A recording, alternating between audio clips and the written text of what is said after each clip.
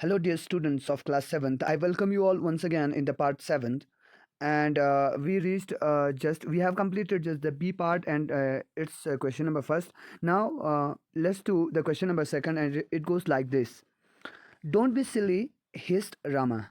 यानी silly यानी बेवकूफ़ मत बनो, है ना, बेवकूफ़ों वाली बात मत कहो। ये हिस्ट रामा रामा ने एक मतलब लो आवाज़ में एक यानी खामोश आवाज़ में उन्होंने कहा है, ठीक है ना, एक लो आवाज़ में। अब यहाँ पे एक तो है कि हमारा ए पार्ट जो क्वेश्चन है, who was Rama talking to, यानी रामा किस से बात कर रहा था, एक वो है। इसी का बी पार्ट है, who was the person being silly, और वो पर्सन जो सिली था वो कौन था, ठीक है। What was the next mistake the person में, और उसी पर्सन ने जो सिली था या जिससे राम जी बात कर रहे थे, तो उस वही पर्सन ने और कौन सी गलती जो है दोबारा की है, ठीक है। चलिए इसी का आंसर देख लेते हैं।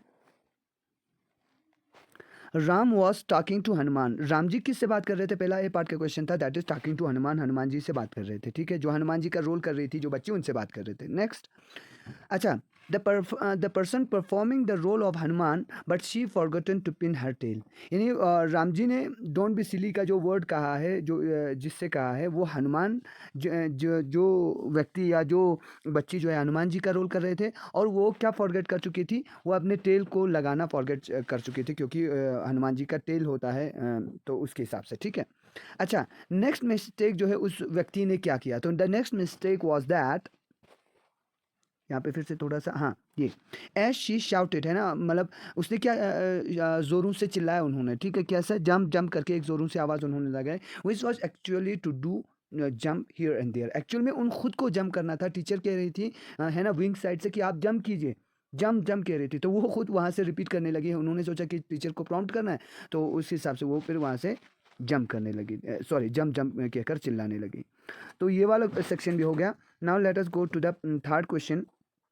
माई ब्यूटी इज़ माई बेन, जो मेरा ब्यूटी है, मेरी खूबसूरती है, वही मेरी दुश्मन हो गई, ठीक है। नाउ यहाँ पे फिर से क्वेश्चन 3 है, ए बी सी। ए क्या कह रहा है, कह रहे हैं हु सेड दीज वर्ड्स, इस वर्ड्स को, ये जो वर्ड्स हैं ये किसने कहे, हु वॉज सपोज टू से दिस वर्ड, और एक्चुअल में किसे कहना था, सपोज किसको करना था, एक्चुअल में किसे कहना था, who how did people react to this line, फिर लोगों ने इस लाइन को, जिसने कहा उस लाइन को किस तरह से लोगों ने उसका रिएक्शन दिया, ठीक है। चलिए, पहले the speaker set these words, ये वर्ड जो है स्पीकर ने कहा। अब यहाँ पे स्पीकर कौन है, स्पीकर वही बच्ची है जिन्होंने हनुमान जी का रोल किया था, ठीक है, तो उन्होंने ये वर्ड्स कहे। एक्चुअल में किससे कहना था, सीता वॉज सपोज टू से दिस वर्ड्स, है ना, दीज वर्ड्स, सॉरी। तो ये वर्ड्स जो है एक्चुअल में सीता जी को कहना था, जो सीता जी की रोल कर रही थी उनको कहना था, लेकिन उनके जगह पर किसने ये किया, सॉरी, उन्होंने क्या बोलते हैं, हनुमान जी का जिन्होंने रोल किया उन्होंने ये वर्ड्स कहे। अच्छा, पीपल, लोगों ने मतलब इस चीज़ को कैसे देखा, तो लोग एक तो शॉक भी हो गए, है ना, the people startled in reaction to this line, है ना, इस लाइन को जब उन्होंने सुना तो वो लोग शॉक हो गए, क्योंकि हनुमान जी मतलब ये कह रहे थे ना कि माई ब्यूटी इज़ माई बेन, तो हनुमान जी मतलब एक सेंस में ऐसा लगता है ना कि मतलब ब्यूटी एंड हनुमान जी वहाँ पे तो नहीं, हाँ, सीता जी एंड ब्यूटी वहाँ पे हमें लगता है कि एक सेंस बनता है, तो वहाँ पे लोग शॉक भी हो गए और कुछ लोगों को शायद हंसी भी आया हो। चलिए आगे बढ़ते हैं सी पार्ट की तरफ।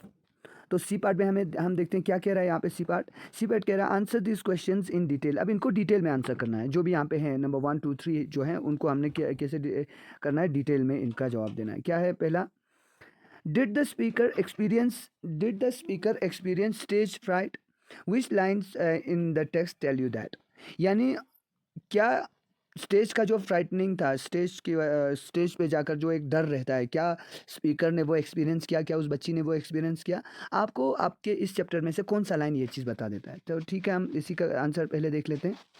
हाँ, ये डिटेल है तो थोड़ा सा ये लेंथी होगा, हालांकि आप देख सकते हो इन चीज़ों को, आगे जाके इनमें से भी अगर जो ज़रूरी ना हो उसको शॉर्ट कर सकते हैं, ठीक है।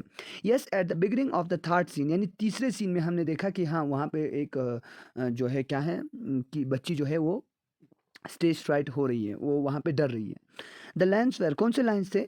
आई was pushed on stage to the accompaniment of the drums, ठीक है, मतलब मुझे धक्का दिया गया स्टेज के ऊपर, क्योंकि वो डर से नहीं जा रही थी, तो धक्का दिया गया और साथ में उसके साथ क्या बजा दिया? ड्रम भी बजा दिया, जो एक होता है एक ड्रामे में, एक प्ले में।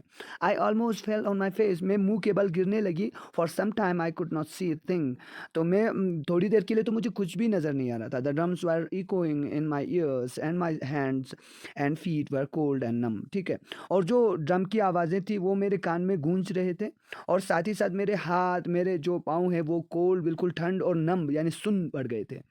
I opened my mouth and say my lines, but my throat was dry and I could not.